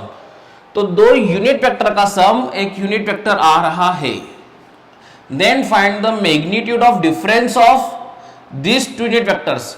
तो आपको मैग्नीट्यूड बताना डिफरेंस का, आपको क्या फाइंड करना है, ये चीज मेरे को गिवन है और मेरे को फाइंड करना है, टू फाइंड क्या करना है मेरे को, मैग्नीट्यूड, मतलब उनके डिफरेंस का मैग्नीट्यूड, डिफरेंस किसका N1 cap minus N2 cap का डिफरेंस बताना है मेरे को। यानी कि क्या हो गया, ये वेक्टर सब्ट्रैक्शन का मैग्नीट्यूड बताना, मतलब ये क्या है रिजल्टेंट ऑफ सब्ट्रैक्शन बताना है मेरे को। तो पहले तो ये देखता हूं मैं, मेरे को ये पता है कि दो यूनिट वेक्टर का सम एक यूनिट वेक्टर बता रहा, मतलब इन दोनों का जो रिजल्टेंट है एडिशन का वो ये है। यानी कि मैं फॉर्मूला लगाता हूं, रिजल्टेंट ऑफ एडिशन का फॉर्मूला लगाता हूं, रूट ओवर ए square plus B square plus 2ab cos theta है, फॉर्मूला लगा रहा हूं मैं। और यहाँ पे जो रिजल्टेंट मिल रहा है वो भी क्या मिल रहा है, एक यूनिट वेक्टर। यहाँ पे क्या पुट करना है मेरे को, रिजल्टेंट का मैग्नीट्यूड, और रिजल्टेंट मेरा क्या है, एनएस कैप, मतलब इसका जो मैग्नीट्यूड है वो कितना है 1, तो रिजल्टेंट जो आ रहा है उसका मैग्नीट्यूड 1 है। ए यहाँ पर क्या है, ए आपका एक यूनिट वेक्टर है, मतलब इसका मैग्नीट्यूड भी कितना है, यहाँ पे सिर्फ मैग्नीट्यूड पुट होता है, तो 1 का स्क्वायर, ये भी यूनिट वेक्टर है, 1 का square plus 2 into 1 into cos theta, squaring कर दी, 1 is equal to 2 plus 2 cos 60 degree, ठीक है, 1 इज इक्वल टू, ये इधर चले जाएगा या फिर है ना, तो कितना हो जाएगा -1 is equal to 2 cos 60 degree का से अगर थीटा रहेगा ना, तो ठीक है। इज इट क्लियर क्या? फिर से देखो इसको, यहाँ पे रिजल्टेंट है, रिजल्टेंट कितना होगा, रूट ओवर ए square plus B square plus 2ab cos theta. यहाँ पर रिजल्टेंट जो है वो भी एक यूनिट वेक्टर है, इसका मैग्नीट्यूड कितना है 1, ये भी यूनिट वेक्टर, इसका मैग्नीट्यूड कितना है 1, इसका मैग्नीट्यूड कितना है 1, यहाँ पे 2 a और b, a कितना है 1, इसका मैग्नीट्यूड कितना है 1 cos थीटा, तो स्क्वायर कर दिया मैंने, है ना। तो उसके बाद अपन ने सॉल्व किया इसको, तो ये 1 - 2 कितना हो जाएगा, -1 is equal to 2 cos theta, and cos theta की जो वैल्यू आ गई वो आ गई -1/2। -1/2 कौन से क्वाड्रेंट में होगी, फर्स्ट क्वाड्रेंट में तो ऑल पॉजिटिव रहते हैं, सेकंड क्वाड्रेंट की वैल्यू होगी ये, सेकंड क्वाड्रेंट की वैल्यू होगी, तो अपन अगर देखें तो ये थीटा बराबर, आपको बता देता हूँ मैं, 120 डिग्री आएगा, तो चेक कर लो cos 120, चेक कर लो cos 120 कैसे निकालते हैं, cos 120 डिग्री, cos पढ़ा चुका हूँ मैं, 90 डिग्री प्लस कितना होगा 30 डिग्री, 90 पे कितना होगा चेंज, कितना होगा sin 30 डिग्री, और सेकंड क्वाड्रेंट में cos क्या होता है नेगेटिव, तो कितना हो गया -1/2, यानी कि अपन ने इस तरीके से कर, थीटा कितना आ गया 120 डिग्री। अब मुझे बोला है magnitude of difference of this two vectors, इन दोनों वेक्टर्स का जो डिफरेंस है, ये डिफरेंस निकाल दिया मैंने, उसका मैग्नीट्यूड, मतलब ये क्या है, रिजल्टेंट ऑफ सब्ट्रैक्शन का मैग्नीट्यूड निकालना है। क्या होता है रिजल्टेंट ऑफ सब्ट्रैक्शन बेटा, रिजल्टेंट ऑफ सब्ट्रैक्शन का फॉर्मूला कितना होता है, रिजल्टेंट ऑफ सब्ट्रैक्शन होता है root over A square plus B square minus 2ab cos theta. Is it clear क्या? रिजल्टेंट ऑफ सब्ट्रैक्शन निकालना था, मैं उसको क्या लिखूंगा मैं, n1 cap minus n2 cap का magnitude is equals to root over, दोनों के मैग्नीट्यूड्स कितने हैं, 1 square plus 1 square minus 2 into 1 into 1 into cos theta निकाल चुके हैं क्या? ये जो गिवन डेटा था वो थीटा निकालने के लिए था अपने पास, क्या हो जाएगा कॉस, ये जरूरत भी नहीं थी, यहाँ से कॉस की वैल्यू भी पुट कर दो, कॉस की वैल्यू कितनी है -1/2। इज इट क्लियर क्या? कॉस थीटा की वैल्यू डायरेक्टली पुट कर दो ना बेटा, कितना हो जाएगा -1/2, तो it is n1 cap minus n2 cap का मॉड इज इक्वल्स टू 1 + 1 2 और ये कितना हो जाएगा 2 से 2 कटेगा और प्लस हो जाएगा, इट इज +1, तो n1 cap minus n2 cap is come out to be √3, it is your answer, it is the magnitude of their difference, that is √3 magnitude आ गया ये, ठीक है, इसको नोट डाउन करो।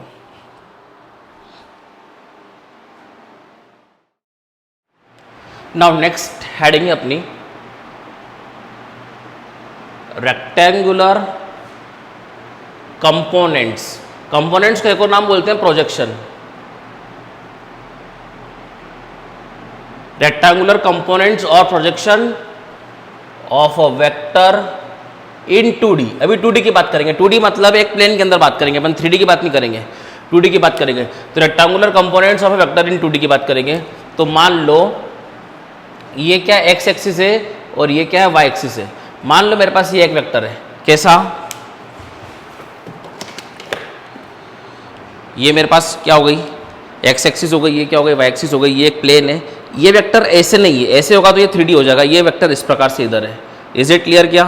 तो ये इसके प्लेन के अंदर ही है, तो अपन ने क्या बोल दिया, rectangular component of a vector in 2D। इस 2D के अंदर इसके कितने कंपोनेंट होंगे?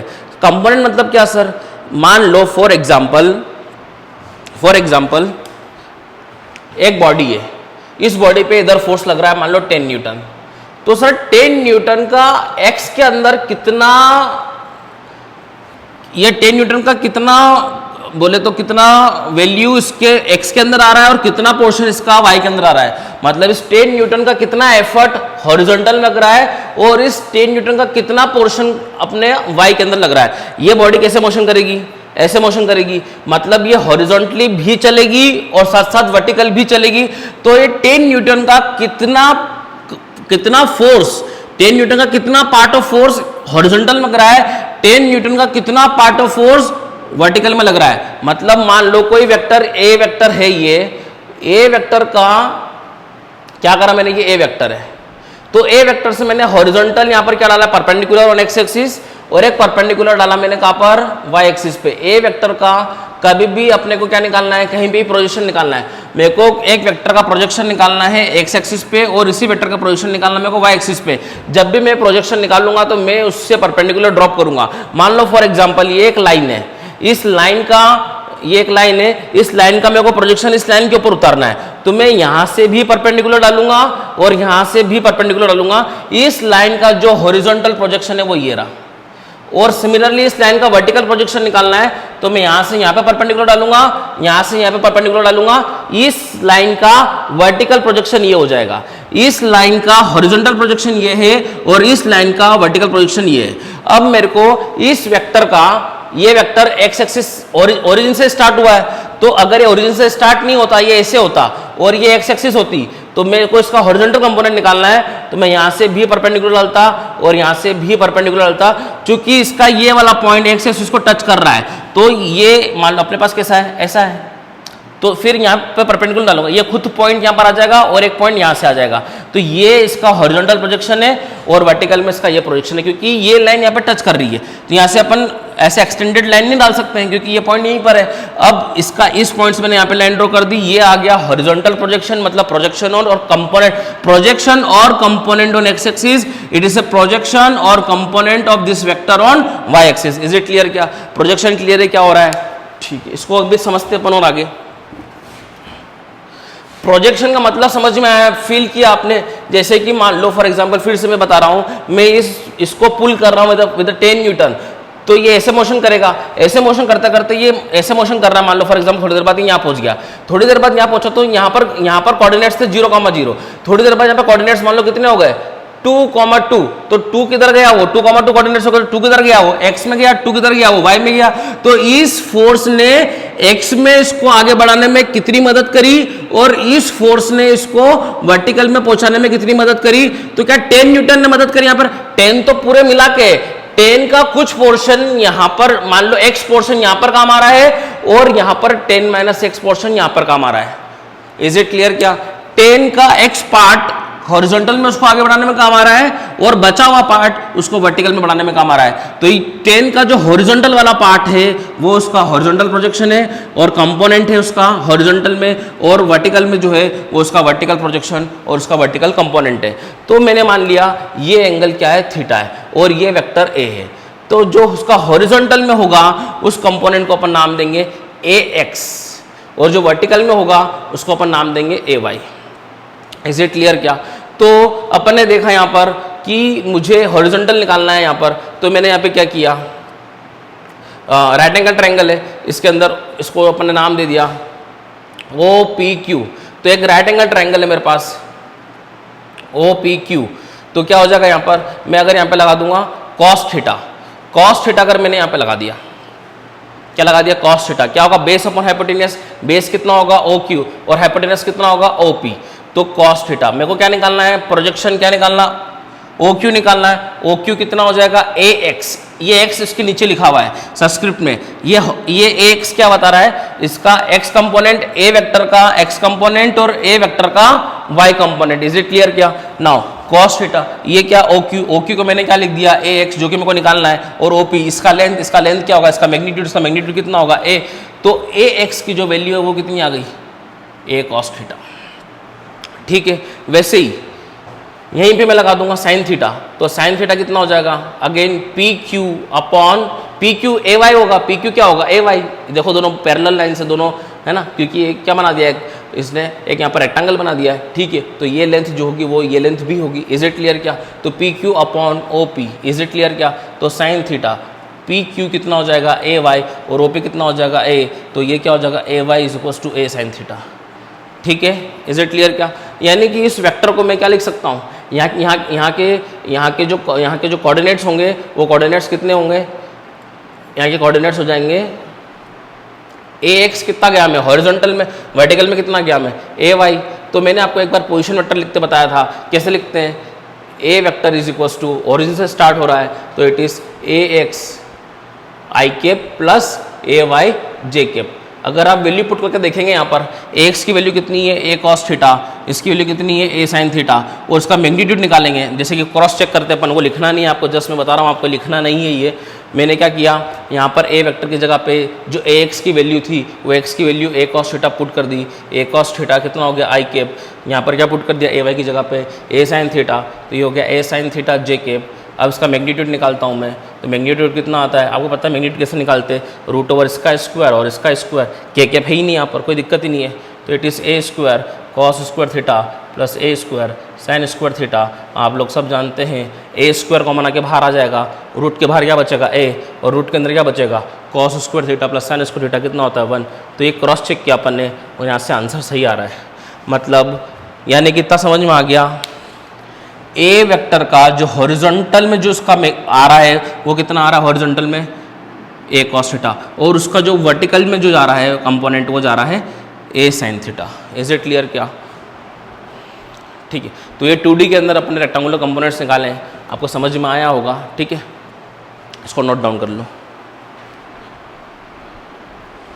एक चीज़ और नोट डाउन कर लो, एक चीज़ और बता देता हूँ मैं यहाँ पर। यहाँ से अपन ने ये चीज़ सीख ली कि अगर मुझे साइन थीटा अगर पूछ ले, कोई साइन थीटा पूछ ले तो ये फॉर्मूला लगेगा मेरा, और मुझसे कॉस थीटा पूछ ले तो ये कॉस थीटा, ये जो थीटा है ये क्या हो जाएगा, cos theta is equal to कितना हो जाएगा एक्स अपॉन ए।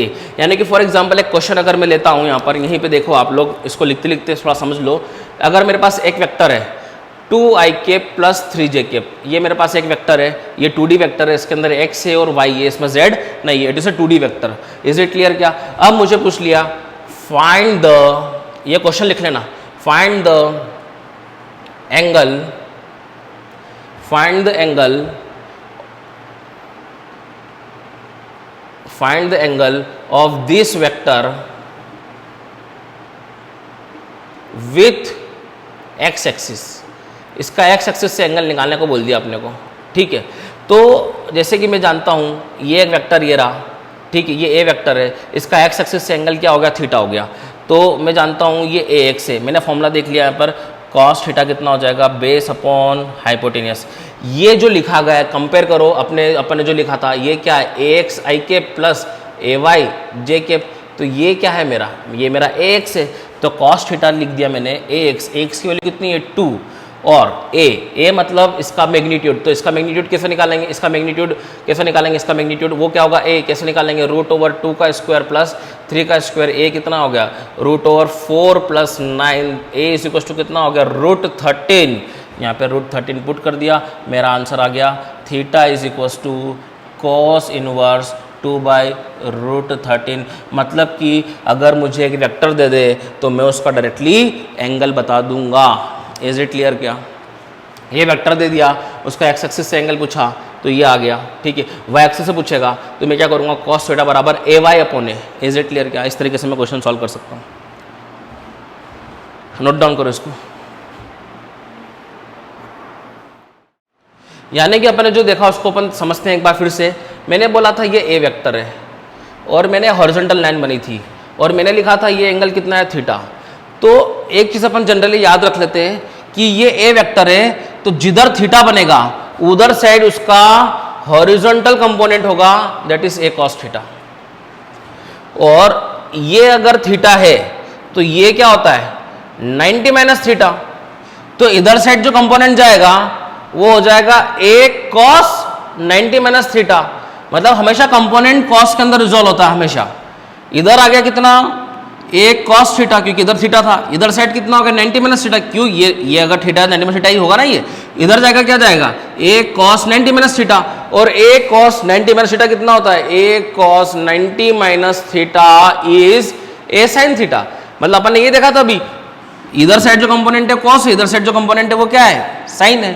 मतलब मैं क्या बोल रहा हूं, आप हमेशा कॉस के अंदर ही अगर करेंगे आप, ये कंपोनेंट इसको है हमेशा कॉस के अंदर रिजॉल्व किया मैंने, तो इधर सेट कितना आ गया ए कॉस थीटा, और इधर सेट कितना हो गया ए कॉस 90 माइनस थीटा, और वो क्या बन गया a cos 90 minus theta sine theta. मतलब जब भी 2D रहेगा तो मैं ये याद रख लेता हूं कि कभी भी वेक्टर 2D वेक्टर होगा तो उसका थीटा के साथ वाला कंपोनेंट होगा कॉस कंपोनेंट, और इधर साइड वाला जो कंपोनेंट होगा जिसमें थीटा नहीं बन रहा है, मान लो ऐसा बोल दूं मैं कि ये ए वेक्टर है और इधर साइड थीटा बनाया मैंने, तो जिधर थीटा होगा उधर साइड मेरा कॉस कंपोनेंट आ जाएगा, और जिधर साइड थीटा नहीं बन रहा परपेंडिकुलर कंपोनेंट होगा, दोनों क्या होगा परपेंडिकुलर कंपोनेंट, क्योंकि रेक्टेंगल फॉर्म करना है ना मेरे को। रेक्टेंगल में क्या होती है, चारों साइड एक दूसरे के अपोजिट साइड से एक दूसरे के क्या होती है, सॉरी एडजेसेंट साइड से एक दूसरे के क्या होती है परपेंडिकुलर होती है, ठीक है। एडजेसेंट साइड से एक दूसरे के क्या होती है परपेंडिकुलर।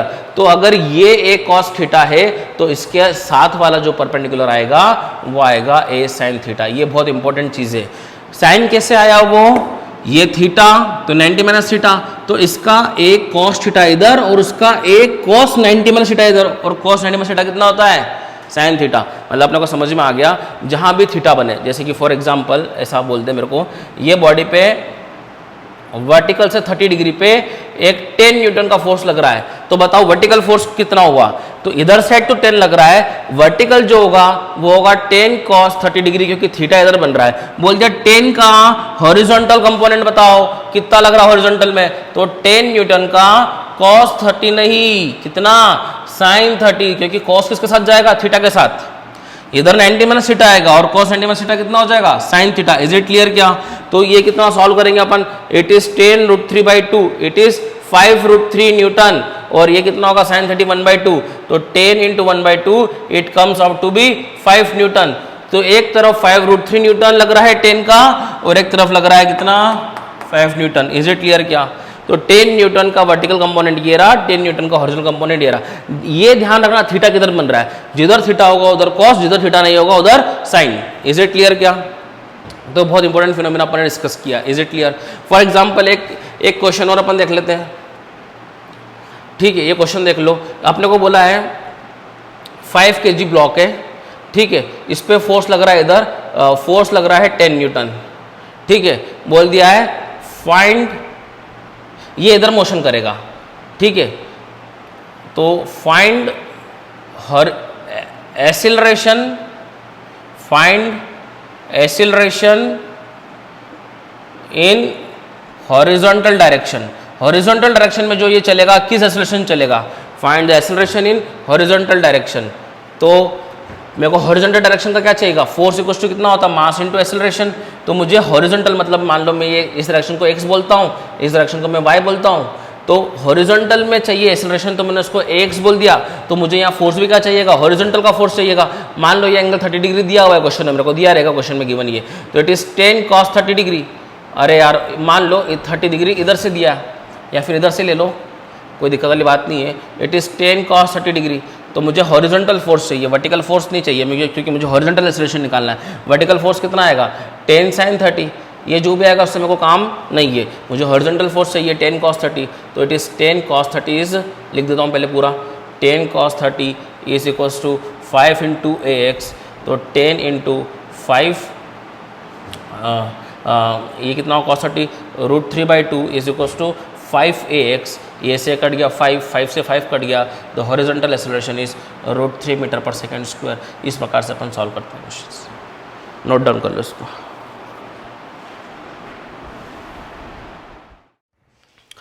तो अभी अपन ने बात की रेक्टेंगुलर कंपोनेंट्स 2D की, अब रेक्टेंगुलर कंपोनेंट्स अपन निकालेंगे 3 डायमेंशनल। 3 डायमेंशनल मतलब क्या, अभी जो अपन ने देखा था उसके अंदर ऐसा था, ये एक्स एक्सिस थी, ये वाई एक्सिस थी, और ये वेक्टर ऐसा था, मतलब इसके प्लेन के अंदर था।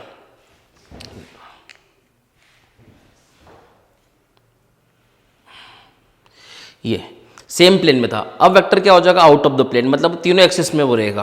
किधर रहेगा वो एक्स में भी रहेगा, वाई में भी रहेगा और जेड में भी रहेगा। पहले कैसा था, सिर्फ पहले ऐसे था। तो मैंने क्या बोला था बेटा कि ये एंगल अगर थीटा है तो ये एंगल 90 माइनस, या फिर ये एंगल थीटा है तो ये एंगल क्या था 90 माइनस थीटा। ये एंगल थीटा था, ये 90 माइनस थीटा था, तो मैंने क्या बोल दिया था, ये ए वेक्टर है तो इधर जो कंपोनेंट जाएगा वो क्या जाएगा ए कॉस थीटा, और इधर जो जाएगा वो क्या जाएगा ए कॉस 90 माइनस थीटा।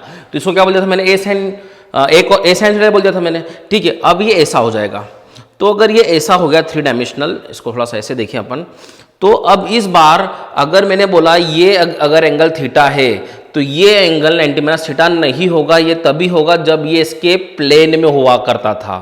ये थीटा तो ये 90 माइनस थीटा, तो इधर कंपोनेंट आ गया था a cos थीटा, इधर आ गया था a cos 90 माइनस थीटा, लेकिन अब ये इधर आ गया, तो इधर आ गया, तो ये अगर एंगल थीटा है तो ये भी 90 माइनस थीटा नहीं हो सकता और ये भी 90 माइनस थीटा नहीं हो सकता। तो फिर मैंने क्या बोला, मैंने बोला एक्स एक्सिस से इसका एंगल मैंने बोल दिया अल्फा, वाई से मैंने बोल दिया बीटा और जेड से मैंने बोल दिया गामा। मतलब inclination with the x axis is alpha, inclination with the y axis is beta and inclination with the z axis is gamma. क्योंकि इस बार थीटा और 90 माइनस थीटा पॉसिबल नहीं है, वो तभी पॉसिबल होता जब ये वेक्टर इस प्लेन में होता या इस प्लेन में होता। इस प्लेन में होता तो ये थीटा और ये 90 माइनस थीटा, लेकिन वो किसी भी इन तीनों एक्सिस के अपना प्लेन में नहीं है, वो 3 डायमेंशनल है। एक्स में भी कुछ पोर्शन है, वाई में भी कुछ पोर्शन है और जेड में भी कुछ पोर्शन है। तो इस बार मैंने क्या बोल दिया, अल्फा बीटा और गामा। मैंने अभी सिखाया था आपको, जैसे कि कंपोनेंट हमेशा जब भी होते हैं वो कॉस के अंदर ही होते हैं। जैसे कि क्या, ये ए वेक्टर है, ठीक है, तो ये अगर एंगल थीटा है तो ये 90 माइनस थीटा होता है, तो हमेशा कंपोनेंट अपन कॉस के अंदर रिजॉल्व करेंगे। तो ये वाला कंपोनेंट आएगा ए कॉस थीटा और ये वाला कंपोनेंट आ जाएगा रेक्टेंगुलर कंपोनेंट, रेक्टेंगल बनाना हमेशा अपन को, ठीक है। ये रेक्टेंगल फॉर्म किया अपन ने, तो ये ए कॉस थीटा, तो ये आ जाएगा ए कॉस 90 माइनस थीटा। मतलब कंपोनेंट हमेशा कॉस के अंदर रिजॉल्व कर सकते हैं अपन।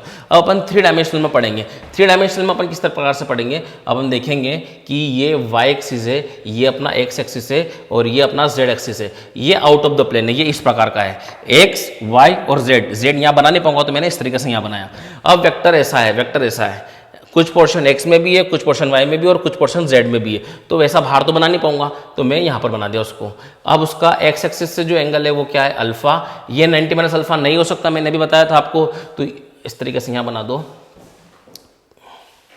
ये a वेक्टर है, इसका इंक्लिनेशन x से जो है वो है अल्फा, तो और y से जो है वो है बीटा और z से जो है वो एंगल क्या है, इसका इंक्लिनेशन गामा, अल्फा बीटा और गामा। तो फिर अपन ने देखा था किसी भी वेक्टर को, अब इसका x कंपोनेंट लिखेंगे तो क्या लिखेंगे, ax। तो ax क्या होगा, यहाँ पर मैंने क्या बोला था, ये x एक्सिस है और ये y एक्सिस है, तो एक ax क्या बोला था मैंने, ax is equal to a cos theta, और इसको क्या बोल जाता था मैंने ay कितना हो जाता, a cos 90 minus theta, that is sine theta, ठीक है। लेकिन यहाँ पर कहीं भी साइन थीटा नहीं बन सकता, क्योंकि यहाँ पर cos 90 माइनस थीटा कहीं पे भी नहीं है। यहाँ पर cos, अब जैसे यहाँ पर क्या है, अल्फा, x से अल्फा है, तो x में क्या आ जाएगा, a cos अल्फा, ठीक है। y में तो y से क्या आ जाएगा, y से क्या आ जाएगा अपने पास, a cos बीटा, क्योंकि y से एंगल कितना है, बीटा। यहाँ y से एंगल कितना था, 90 माइनस थीटा, क्योंकि यहाँ पे 90 माइनस थीटा नहीं हो सकता तो मैंने उसको बीटा नाम दिया फिर, ठीक है। और z में कितना आ जाएगा, a z is equal to a cos gamma. Is it clear किया। अब किसी वेक्टर को अपन रिप्रेजेंट कैसे करते हैं, vector is represented as ax i के प्लस ay j के plus az k। Is it clear किया, इज इट क्लियर। तो ये अपना ए वेक्टर हो गया। तो अपन ने देखा ए वेक्टर के अंदर मैंने ए एक्स की वैल्यू पुट करी, ए एक्स की वैल्यू क्या पुट करी मैंने, a cos alpha i cap plus a cos beta j cap plus a cos gamma k cap. Is it clear क्या। इसका मैग्नीट्यूड निकाला, mod of A vector. Mod of A vector को क्या लिख सकता हूं मैं, और we can write simply is at a. तो इसका कैसे निकालते हैं अपन, इसका स्क्वायर प्लस इसका स्क्वायर प्लस इसका स्क्वायर। अपन ने देखा है मैग्नीट्यूड ऑफ वेक्टर कैसे निकालते हैं, it is a square cos square alpha plus A square cos square beta plus A square cos square gamma. Is it clear क्या। Now a is equals to, इस पूरे में से ए स्क्वायर कॉमन निकाला, क्या बच्चा, cos square alpha plus cos square beta plus cos square gamma. A square बाहर निकल गया, ए आ जाएगा बाहर, तो a is equal to a बाहर आ गया, अंदर क्या बचेगा, cos square alpha plus cos square beta plus cos square gamma. ये ऐसे कट के क्या बचेगा 1, यानी कि यहाँ से समझ में आ गया, cos square alpha plus cos square beta plus cos square gamma is equal to 1। ये वैल्यू कितनी आ गई, 1 आ गई। यानी कि अपन यहाँ पे लिखेंगे ए एक्स के डिवाइड में ए आ गया, तो ये क्या बन गया, कॉस अल्फा। इसको अपन रिप्रेजेंट करते हैं एल से, ये ए वाई अपॉन ए, ये क्या हो गया कॉस बीटा, इसको अपन रिप्रेजेंट करते हैं एम से, और यहाँ पर क्या आ जाएगा a z by a is equal to कितना हो जाएगा कॉस गामा, इसको अपन रिप्रेजेंट करते हैं एन से। ये एल एम एन और n, cos of alpha, cos of beta, cos of gamma, cos of gamma, ये कहलाते हैं डायरेक्शन कोसाइंस। क्या एल एम एन और कॉस अल्फा, कॉस बीटा और कॉस गामा को अपन यहां पर क्या बोलते हैं डायरेक्शन कोसाइंस। ये क्या रिप्रेजेंट करते हैं cosine of angle with x axis, cosine of angle with y axis, cosine of angle with z axis, ये एलिमेंट है। और यहां पर अपन ने देखा the sum of the square, इसको अपन एलिमेंट नहीं बोल सकते, तो l square plus m square plus n square is equal to, यानी कि the sum of the squares of direction cosine is always one. इस पे क्वेश्चन पूछा जाता कभी कभी, इज इट क्लियर क्या, यानी कि sum of the squares of direction cosine is always one. कभी कभी ये भी बोला जाता है कि पूछ लेते कभी कि अपन जानते हैं cos square theta plus sine square theta कितना होता है 1 होता है, तो कॉस स्क्वायर थीटा की जगह पे मैंने क्या पुट कर दिया 1 माइनस साइन स्क्वायर थीटा। तो यहाँ पर मैंने यहाँ पर इस फॉर्मूले के अंदर मेरा फॉर्मूला क्या था, मेरा फॉर्मूला ये अपन आइडेंटिटी यूज़ करेंगे। अपने पास फॉर्मूला क्या था, अपने पास फॉर्मूला था कॉस, अपने पास फॉर्मूला है cos square alpha plus cos square beta plus cos square gamma is equal to 1। इसको मैंने पुट कर दिया 1 माइनस साइन स्क्वायर अल्फा, इसको मैंने पुट कर दिया 1 माइनस साइन स्क्वायर बीटा, इसको मैंने पुट कर दिया 1 minus sine square gamma is equal to 1। ये 1 प्लस 1 प्लस 1 कितना हो गया 3, ये 1 इधर से -1 आ गया इधर, ये सब इधर चल गए राइट हैंड साइड में, तो it is sine square alpha plus sine square beta plus sine square gamma, यानी कि sine square alpha plus sine square beta plus sine square gamma की वैल्यू 2 हो जाएंगी। जैसे cos square alpha cos square beta cos square gamma 1 होता है, वैसे ही sine square alpha plus sine square beta plus sine square gamma 2 होता है। इज इट क्लियर क्या। अब मुझे ऐसा बोल दें कि ये अब मुझे एंगल निकालना है। अब बोल दिया मेरे को क्वेश्चन बोल दिया, क्वेश्चन देख लो यहाँ पर अपने पास ए वेक्टर है, अपने पास ए वेक्टर है 2i cap plus 3j cap plus 4k cap, find the angle of A vector with x axis, y axis and z axis. तीनों एक्सिस से अपने को एंगल निकालने हैं। तो अपन एंगल कैसे निकालेंगे, यहाँ दिख रहा होगा आपको, यहाँ देखेंगे, ये अपन ने समझाया था, जस्ट बाद में इसको लिख लेना आप लोग, ठीक है। यहाँ समझते हैं इसको। तो यहाँ पर अपन कंपेयर करेंगे, इसको कंपेयर करेंगे 2i cap plus 3j cap plus 4k cap को।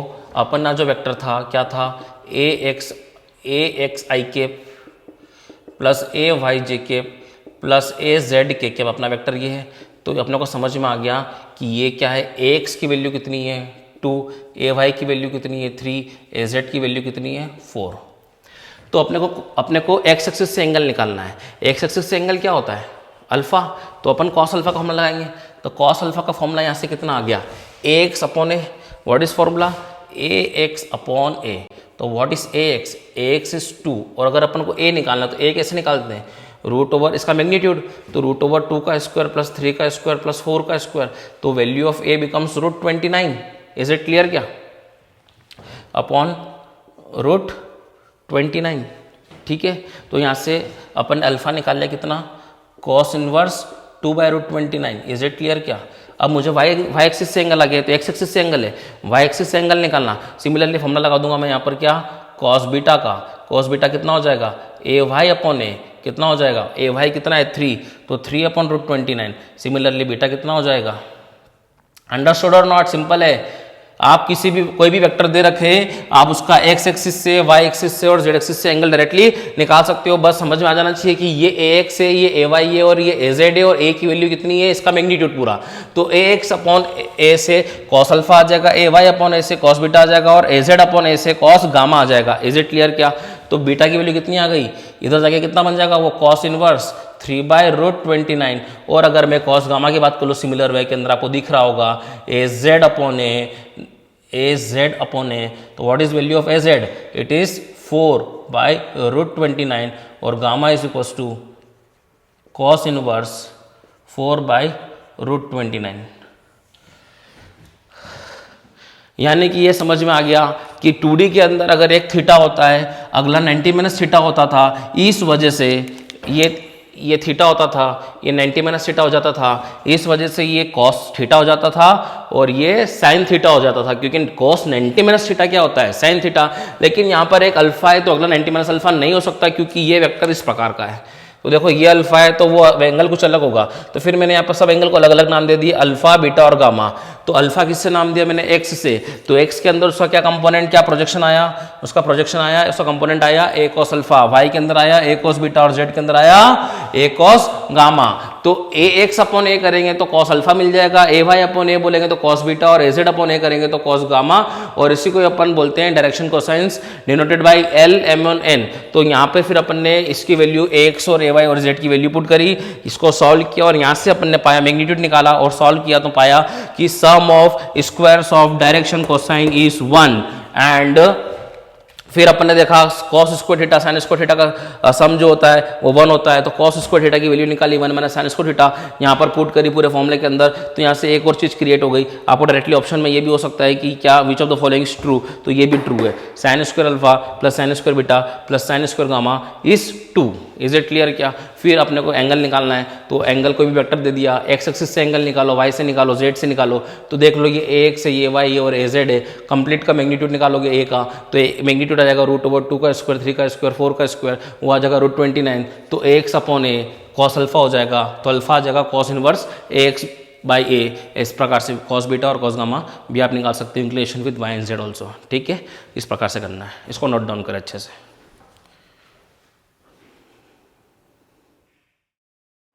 देखो अब एक क्वेश्चन लेते हैं अपन कि एक बर्ड मूव कर रहा है विद वेलोसिटी 20 मीटर पर second in the direction making angle 60 degree with the stern line. Stern मतलब देखो स्टर्न के अंदर क्या,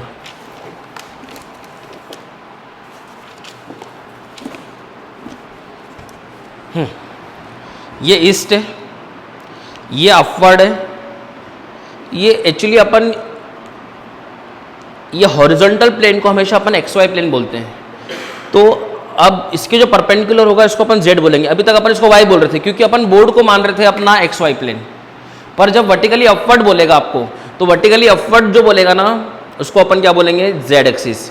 क्योंकि आपको ऑप्शंस में दिक्कत आ सकती है, क्योंकि जनरली हॉरिजॉन्टल प्लेन को एक्स वाई प्लेन बोला जाता है। ये एक्स है, ये वाई है। एक्चुअली अपन बोर्ड को ऐसा करेंगे तो ये एक्स वाई प्लेन हो जाएगा। इसलिए मैं बोर्ड पे यहाँ पे बना देता था एक्स, यहाँ पे बना देता था वाई, क्योंकि मैं बोर्ड को क्या मानता था, कॉपी, और कॉपी के अंदर वो क्या हो जाएगा, हॉरिजॉन्टल प्लेन हो जाएगा। इज इट क्लियर क्या? बोर्ड को ऐसा कर देंगे ना अपन तो ये कॉपी बन जाएगी, कॉपी के अंदर वो क्या कहलाएगा, हॉरिजॉन्टल प्लेन। इसलिए मैंने यहाँ पर एक्स बनाया था, यहाँ वाई बनाया था। लेकिन जब भी वर्टिकली अपवर्ड बन जाएगा तो मैं 3D डायग्राम बनाऊंगा और उसमें बताऊंगा आपको ये अपना हॉरिजॉन्टल प्लेन है, ये पूरा हॉरिजॉन्टल प्लेन है और ये वर्टिकली अपवर्ड। तो अपन इसको एक्स एक्सिस बोलेंगे, इसको वाई एक्सिस बोलेंगे और इसको जेड एक्सिस बोलेंगे। ठीक है, जैसे कि ऐसा हो रहा है डायग्राम में 3D बना के दिखा रहा हूं आपको कि जो बर्ड है ये ईस्ट है, ये ईस्ट है, इसको बोल दो ईस्टर्न लाइन, हॉरिजॉन्टल लाइन। ठीक है, इज इट क्लियर क्या? ये है वर्टिकली अपवर्ड। ठीक है, आप समझ में आ गया? ये हॉरिजॉन्टल प्लेन है ये, और ये वर्टिकली अपवर्ड है। तो इसको मैंने बोल दिया यहाँ पर एक्स एक्सिस, और वर्टिकली अपवर्ड को मैंने बोल दिया वर्टिकली अपवर्ड को मैं क्या बोलूँगा, जो आउट ऑफ द प्लेन है, मेरे प्लेन के परपेंडिकुलर है, उसको मैं बोलूँगा जेड एक्सिस। क्योंकि मेरे को जनरली ऑप्शन जो होंगे यहाँ पर क्या बोला है मेरे को, रिप्रेजेंट्स द वेलोसिटी। किसी को भी कुछ बोलोगे फर्क नहीं पड़ेगा, लेकिन यहाँ पर जो ऑप्शंस होंगे आपके पास, represents the velocity vector in rectangular form, यानी कि आपको i cap j cap k cap में आंसर देना है। और अगर मैं इसको वर्टिकली अपवर्ड को जैसे अपन पहले बनाते थे इसको वाई मान लूंगा, तो जो मेरा जे कैप में आना चाहिए, जो मेरा के कैप में आना चाहिए था वो किस में आ जाएगा, अगर वाई ले लूंगा तो जे कैप में आ जाएगा। तो ऑप्शन में थोड़ा सा गलती हो सकती है आपसे। इज इट क्लियर क्या? वैसे ऐसे कॉन्ट्रोवर्शियल ऑप्शन देगा नहीं वो, लेकिन हाँ वर्टिकली अपवर्ड्स को जनरली अपन क्या मानते हैं, हॉरिजॉन्टल प्लेन को अपन मानते हैं एक्स वाई प्लेन, और वर्टिकली अपवर्ड्स को अपन मानते हैं जेड। ठीक है, इज इट क्लियर क्या? और ये वाला जो हो जाएगा, देखो ये हॉरिजॉन्टल वाला ये हो गया ईस्ट, और ये वाला जो निकल रहा है ये वाई एक्सिस है, ये एक्स एक्सिस और ये वाई एक्सिस, और ये ऊपर जो जा रही है वो ऊपर नीचे जा रही है वो Z axis. Is it clear क्या? तो नाउ तो ये जो है ईस्ट से 60 डिग्री बना रहा है, मतलब ये क्या कहलाएगा, एक्स एक्सिस से अल्फा। इज इट क्लियर क्या?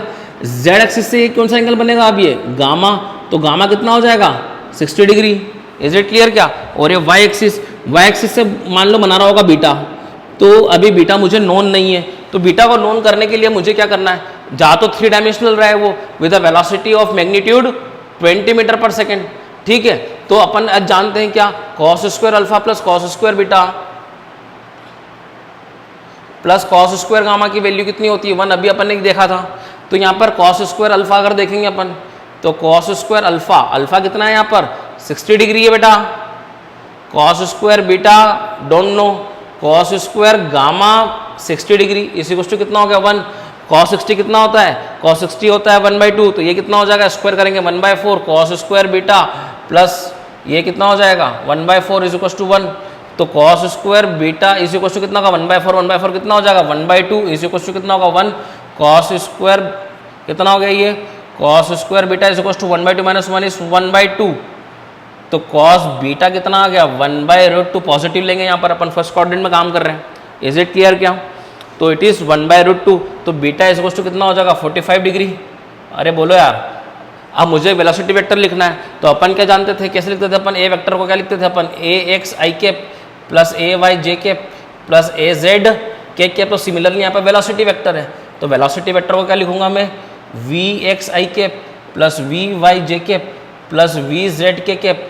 ये क्या कहलाएगा आपका, वी एक्स मतलब एक्स कंपोनेंट, क्या हो जाएगा वी का x component v cos alpha, अपन ने देखा था एक्स कंपोनेंट कॉस अल्फा, ये क्या आई कैप प्लस ये क्या हो जाएगा v cos beta j cap plus v cos gamma k cap. Is it clear everybody? तो वी वेक्टर हो जाएगा वी कितना है 20 cos 60 degree i cap plus 20 cos 45 degree j cap, understood और नॉट।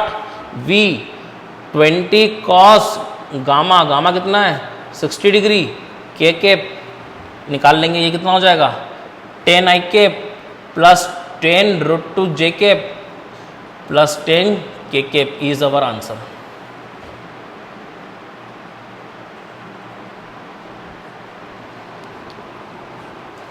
नोट डाउन करो इसको अच्छे से। जनरली वर्टिकली अपवर्ड्स को अपन जेड एक्सिस बोलेंगे, ये याद रहे। अब देखो क्या होता, अगर मैं इसको वाई एक्सिस ले लेता, ठीक है, तो ये बीटा हो जाता, ठीक है, और ये बीटा हो जाता, तो फिर थोड़ी सी यहाँ पर हो सकता था आई cap j cap k cap में यहाँ पर 10√2 आना चाहिए था, तो वो 10√2 यहाँ पर आई, ऐसा कुछ हो सकता था, ठीक है। तो आई cap j cap k cap जब भी अपने को उसमें देना है वेक्टर फॉर्म में आंसर, तो अपने को जेड एक्सिस को वर्टिकली अपवर्ड्स मानना है, क्योंकि हॉरिजॉन्टल प्लेन को जनरली अपन एक्स वाई मानते हैं। इज इट क्लियर क्या? इसको बना लो अच्छे से।